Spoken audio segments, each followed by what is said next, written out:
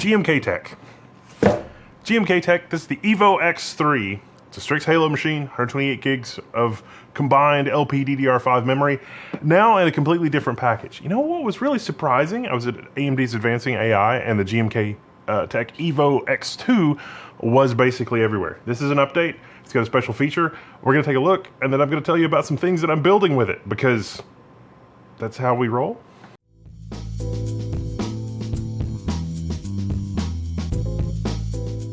If you've been living under a rock, the pricing situation is sort of crazy. Although I think we've peaked, and the finance bros maybe haven't caught up with that yet, because it's not that things are slowing down, it's that things can't grow any faster. So, to be clear about that. But that may give some of the finance bros pause. I don't know. The reality right now is that GMK Tech has one of the most affordable options if you are looking for a Strix Halo machine. It's over $1,000 less than other competing Strix Halo machines for the same configuration. This is, of course, the 128 gig configuration. I took a look at both the 64 and the 128 gig configuration for Strix Halo, and a lot of our machine learning enthusiasts and college professor members of the forum, hello and welcome, are still buying lots and lots of machines like this. This is a Strix Halo of a different design, different configuration. And look, GMK Tech, they put that little sticker on the network to tell you, this has got Windows. You want to set up Windows without the network plugged in, because Microsoft, they're kind of handsy with your privacy these days. 2 USB Type A ports on the front, one of which is super speed, and the other one is USB 2.0. Got a combination headphone microphone jack. On the back, we have our Realtek 2.5 gigabit LAN. I know, 2.5 gigabit in this day and age. GMK Tech didn't learn from the Evo X2. Although we do have USB 4. Now that USB 4 port is pretty nice, but here's the differentiating feature, Oculink. There's an Oculink interface here. Are we gonna do something unholy? Are we gonna combine NVIDIA and AMD in the same box? Yes, we're gonna put a 5060 Ti 16 gig, which is probably the best bang for the buck right now on the NVIDIA side, because you get 16 gigs of VRAM. We're also gonna use the Asus Turbo R9700 32 gig. This is also a screaming good deal. But you can mix CUDA and ROCm. It's nuts. But you know, RDNA and another different RDNA, because ROCm, yeah, this is the star of the show. But this is also, there are people out there in a forum that are rocking the dual 5060 Ti, and I can't fault them because it's pretty good. Anyway, let's take a look at this thing so we can get up to no good with the build and putting stuff together. Now, I have to admit, when I first reviewed GMK Tech over a year ago, I was a little suspect. But the GMK Tech machines that I picked up have been running continuously, doing various things in the office to help me with this, that, or testing or whatever. And so far, knock on wood, they've been pretty reliable. Now, the power delivery system here has been modified a little bit. Our Strix Halo machine can use up to 140 watts for the CPU memory part of the system on chip configuration, whatever you want to call it. 140 watts is a pretty substantial uplift of what you normally expect from a Strix Halo machine, and it is at the very top end of the TDP wattage that chip supports. However, understand that fundamentally for AI performance like inferencing, token generation, that's not a limitation of the CPU, it's a limitation of the memory, it's the memory speed. So the 140 watts, not going to help you there. It'll help you with prompt processing speed, but it potentially, but not your token generation speed. Gaming performance, it may also help there, but again, gaming performance a lot of the time depends on memory bandwidth, and the extra wattage for the CPU, not going to help you for memory bandwidth. For Agentic type workloads, for things that use the CPU, the 16 cores here run circles around the 20 cores that you get in the DGX Spark for CPU type operations, like compute. So if you're more on the compute side and you want to leverage more cores, 16 cores is more cores than 20 cores in that configuration, which is interesting. It's an interesting thing that's coming out sort of late in the Strix Halo product cycle. Very nice. GMK Tech's done a good job here with the Windows pre-installation, because without the network, it didn't force me to create a cloud account. And we all know that creating a cloud account with Microsoft is a terrible idea in 2026. Now, mostly I'm going to focus on Linux, and I can't wait to do some Linux testing with my GPUs. But first we will do some benchmarks in Windows, and we will look at the Windows configuration. AMD also launched Lemonade, and so this video is a little bit of a chance for me to talk about Lemonade and the fun stuff with Lemonade. So we're going to install Lemonade on this because Lemonade will let you use the the Strix Halo facilities for doing AI stuff, and that's great, but also NPU, like image generation, token generation. It really makes it easy, and you get pretty near the frontier maximum level of performance out of the machine. See, every couple of weeks there's little improvements, little tweaks. A model gets popular, and then there's optimizations, and you can do that sort of stuff. It works great. And it goes without saying, as a gaming platform, this is pretty awesome. But you shouldn't spend, this many thousands of dollars for the gaming side of it. I'm assuming that you're using these for work, be it a creative all-in-one workload that you need, or something where you need 128 gigs of unified memory. Oh, also one thing GMK Tech is doing that I noticed is they're offering Z.AI memberships. Like you can get I think it's 3 months of membership in Z.AI. That's a cloud-hosted AI model thing. If you're in the US, you can check it out.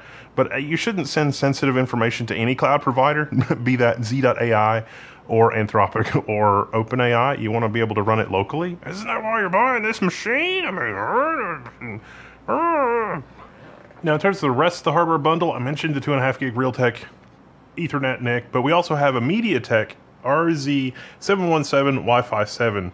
That is a version of Wi-Fi 7 that is only 160 megahertz, not 320 megahertz. Some of you will have strong feelings about MediaTek in general, especially if we're going to switch to Linux. Generally on Linux these days, it's pretty much fine. You may, if you're running Arch, there's a DKMS version of the MediaTek drivers that is generally more stable. Sometimes it depends on firmware, sometimes it depends on the specific kernel version. It's also got a crucial P310 2 terabyte SSD that is PCIe Gen 4. It is not a performance-oriented M.2, but it does have pretty good characteristics. You can get pretty close to that 8 gigabytes per second read, and as long as you don't have some sort of crazy agent bug that's just writing to the thing continuously, should have a pretty nice long lifetime. Pretty well. I like that it's Crucial. Crucial's a pretty good brand. Our memory configuration, it's Micron. It's Micron DDR5 8000. So 4000 double data rate, 8000 mega transfers. The latency is not fabulous at 143.8 nanoseconds, 140-ish nanoseconds according to our AIDA64 test, but we do have 118 gigabytes per second of memory bandwidth. That is about as much as a quad-channel Threadripper system, but 16 cores. So this is its claim to fame. This is how it outperforms desktop when we're talking about, AI or gaming related stuff. This is a good cooling design. It's sucking air in from the top here and exhausting warm air out the back, and you've also got another fan on this side. So there's kind of a lot of airflow through this tower. It sort of makes sense why they would choose a 240 watt power brick. This is a solid platform for Strix Halo. And there's a lot of people out there that are interested in a platform that gives them 128 gigabytes of unified memory. Where we are at this point in 2026, you don't really even have to pre-allocate. You don't have to say 64 gigs is going to be the system and 64 gigs is going to be VRAM. You can just have one big pool of 128 gigs, and even on Windows, that's pretty well supported. It's sort of funny because at Computex, this was one of the design flaws or problems in general with the Windows operating system, that it was not handling the unified memory well. But because NVIDIA is getting ready to release RTX Spark, which includes Windows on ARM and support for NVIDIA drivers on Windows on ARM, Microsoft has corrected Windows. Guess what? That benefits Strix Halo. And the very newest builds, very newest insider builds, and the very newest builds of Windows 11, you're already getting those benefits.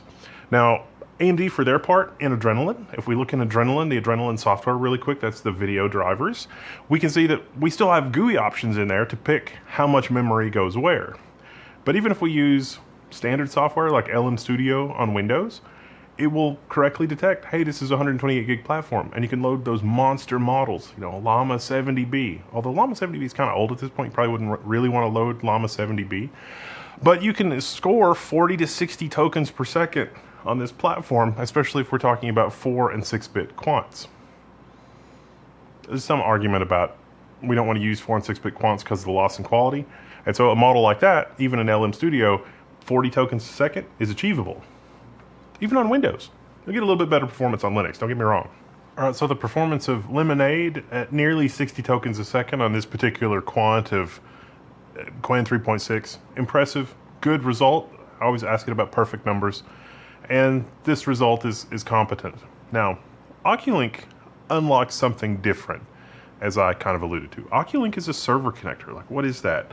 It's kind of a hack. It's a kludge. It's really not meant for the uninitiated. It's not a connector that's meant for mass consumption. It's PCIe in a different form factor. Like M.2 is PCIe, or a PCIe slot is PCIe, or you can have PCIe other ways. The USB protocol can package PCIe, kinda. Well, USB-C ports can package PCIe interconnects. That's Thunderbolt 4 and 5. Thunderbolt 4 is about as fast as 4 lanes of PCIe Gen 3. Thunderbolt 5 is about as fast as 4 lanes of PCIe Gen 4, but has overhead. This is truly 4 lanes of PCIe Gen 4 because it is physically PCIe Gen 4. And so you have these Oculink cables. Now, I happen to have an Oculink dock here. This is really just an adapter. This is a combination USB 4 and Oculink adapter. So sometimes you can use a USB 4 port. But the idea here is that this will give you 4 PCI Express Gen 4 lanes. That's 8 gigabytes per second, or 64 gigabit, but both ways. It's symmetrical, it's duplex. And this is the fastest way to connect the GPU to Strix Halo. What's wild here, though, is that when Strix Halo first launched, like we did the video on the Framework desktop, that PCIe slot doesn't have an open end, or it didn't. They fixed that, because good job, Framework. But it also doesn't support power, so that slot only supports delivering 25 watts of power. If you use it with a GPU, you're going to have a bad time because you need to be able to support 75 watts of power through a slot like that in order to have a connection.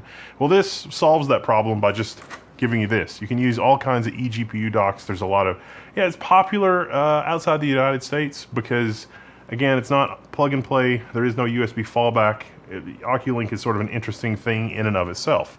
And if we're going to mix and match GPU families, we're going to build something unholy that has NVIDIA and AMD DNA both, like Dr. Frankenstein fusing things together. We're going to switch to LM Studio for the software as well because it can handle multiple runtimes. Llama.cpp only recently got multi-token prediction support as well as supporting multiple different kernels for a backend. And so we're in a little bit uncharted territory here, especially on Windows. For me, on Windows, this kind of thing is very uncharted. I've been working on this kind of thing on Linux, but it's still exciting to see that, this basically is accessible and reachable. And don't worry, we'll try RDNA, we'll try that R9700 in just a second. All right, why do I have this? What am I working on? What has the Oculink port got me so excited for? The USB port is free. That's the first clue. So I've got an external connection to a GPU. I can offload things to the GPU and have them run fast. And it works even with a 5060 Ti, which costs half as much as a 5080 with the same 16 gigs of VRAM, assuming that you can find it. Or, even better, the R9700 with 32 gigs and around $1,000, $1,200, $1,300, something like that. This is going to give me the best of both worlds for certain kinds of local AI workloads. And I'm trusting that in the not too distant future, the pricing on this will stabilize because the software that we have now is going to reach all the way back into hardware like this. And as soon as hardware is affordable again, we will have hardware on which to run these things. And I want it to run as fast and as well as it possibly can. Now this thing, the Ethernet is not that fast, but even if it's 10 gigabit Ethernet, it's really not fast enough to do clustering. Clustering is taking this and connecting it to another one, and another one, and another one, and another one.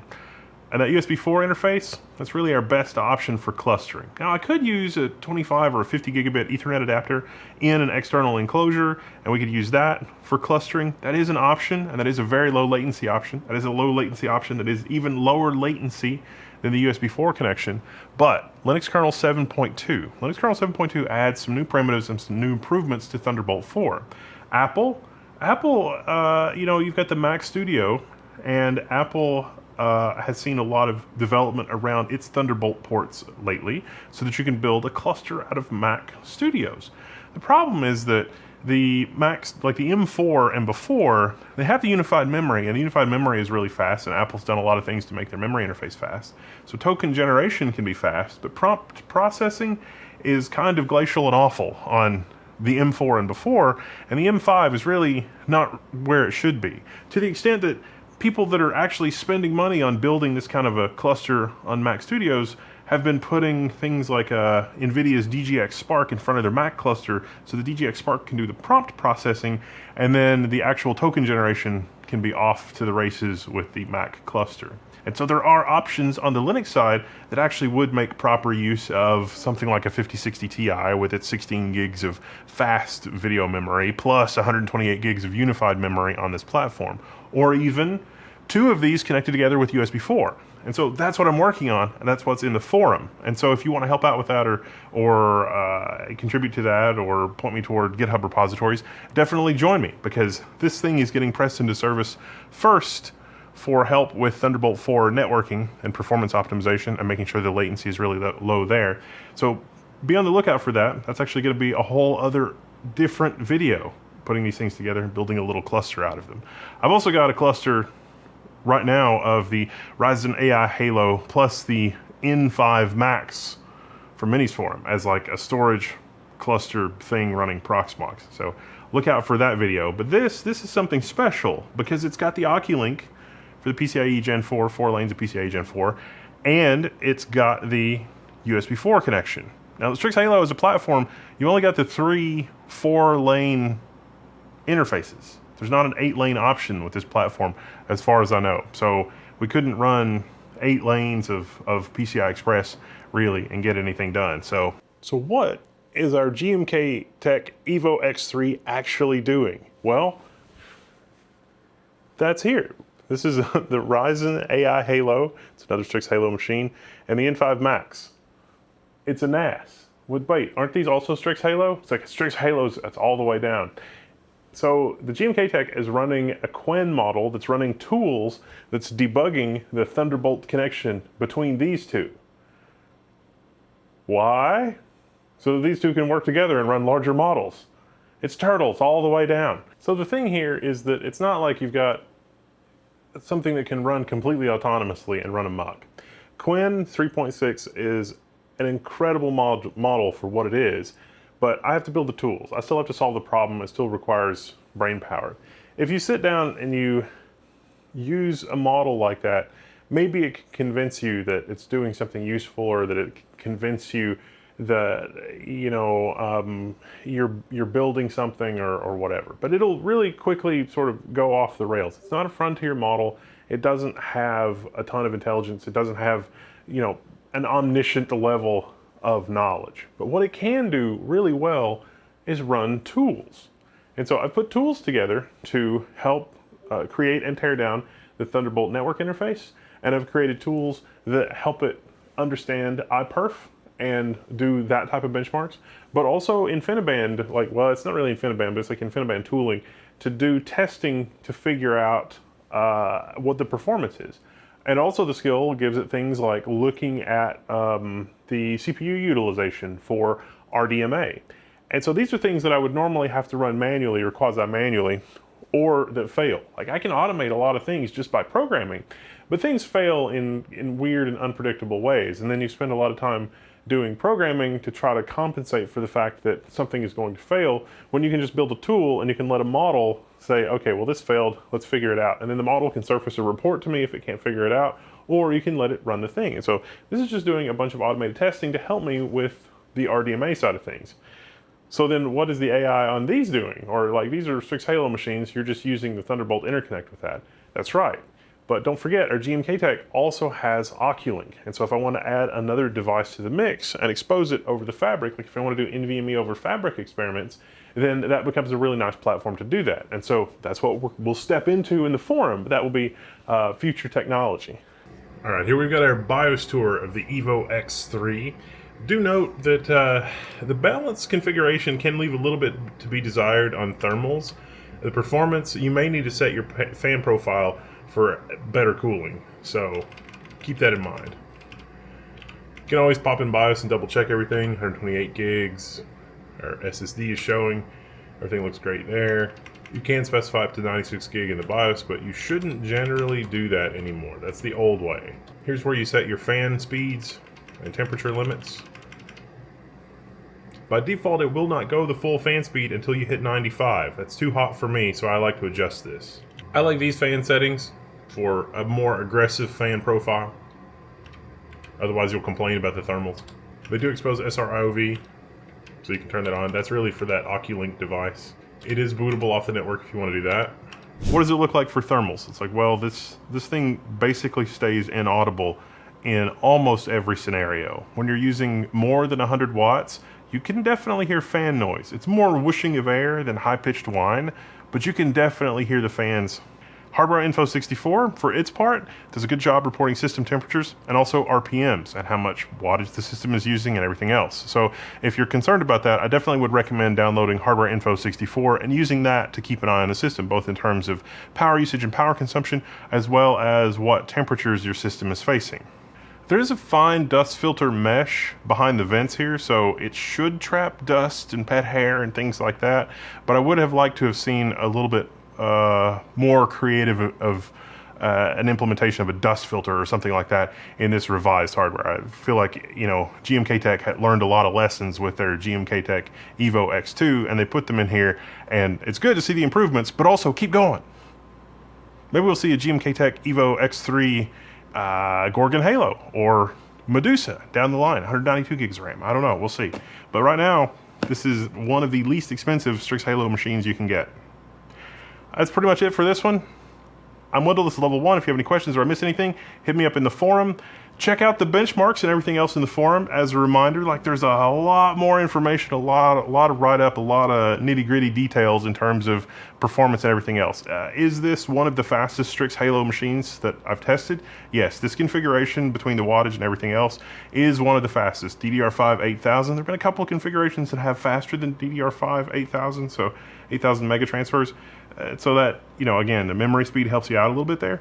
But for a desktop machine, Strix Halo, 128 gigs of unified memory, there you go. I'm Wendell, this is Level 1. I'm signing out. You can find me in the Level 1 forums and also other people who picked up 64 and 128 gig configurations of Strix Halo, because it's been out a while. It's just got a new physical form factor with some improvements. All right, I'm signing out, and you can find me there.